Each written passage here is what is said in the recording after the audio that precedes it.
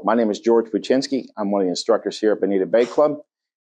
And here we are at the World Class Performance Center at Creekside Range. And today I'd like to talk to you about what I call the first move.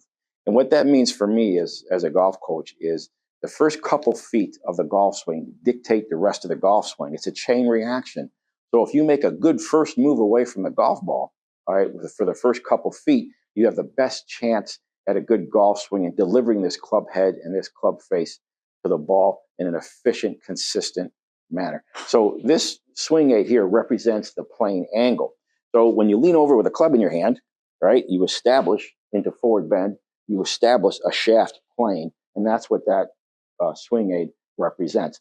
This swing aid on the ground represents what I call the baseline, and that's behind the golf ball. The target line runs through the ball, through to the target line, and behind the ball, which I call the baseline. The first move away from the golf ball could be good, it could be bad. So a bad first move is if you get this club head behind your hands, rolled open, under the plane and behind your hip. Very common. So the golf swing takes about 1.23 seconds from the start to impact. And when you make a move like this, that's your first move, in that short period of time, you have to figure out a way to get this club head back on plane so you can deliver the club head and the club face to the golf ball. You can be done, it's just more difficult. So what I like to do is coach the very first move. And this is what I mean by that.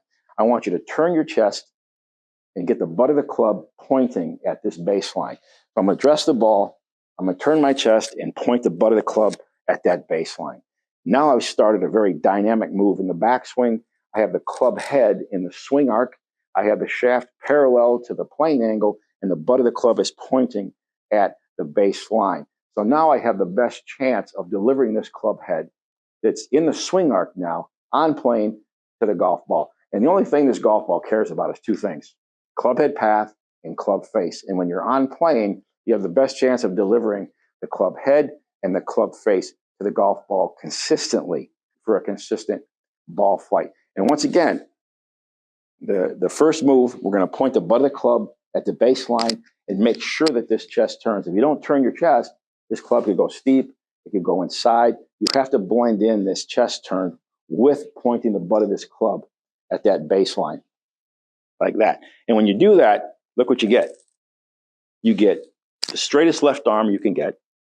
I have a 90-degree angle between the club shaft and my left arm, and this is a speed angle. This is a power angle. This is a fast-moving angle. If you don't get that angle, if you don't point the butt of the club, you may never get this angle, and you don't want to leave that 90-degree angle out. My back's to the target, right?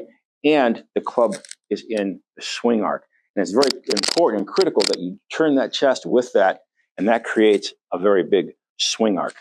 Okay? Those are all the things you get with that very first move. All right? So I hope this was informative. As always, it's nice spending time with you. Until next time, we'll see you on the lesson tee.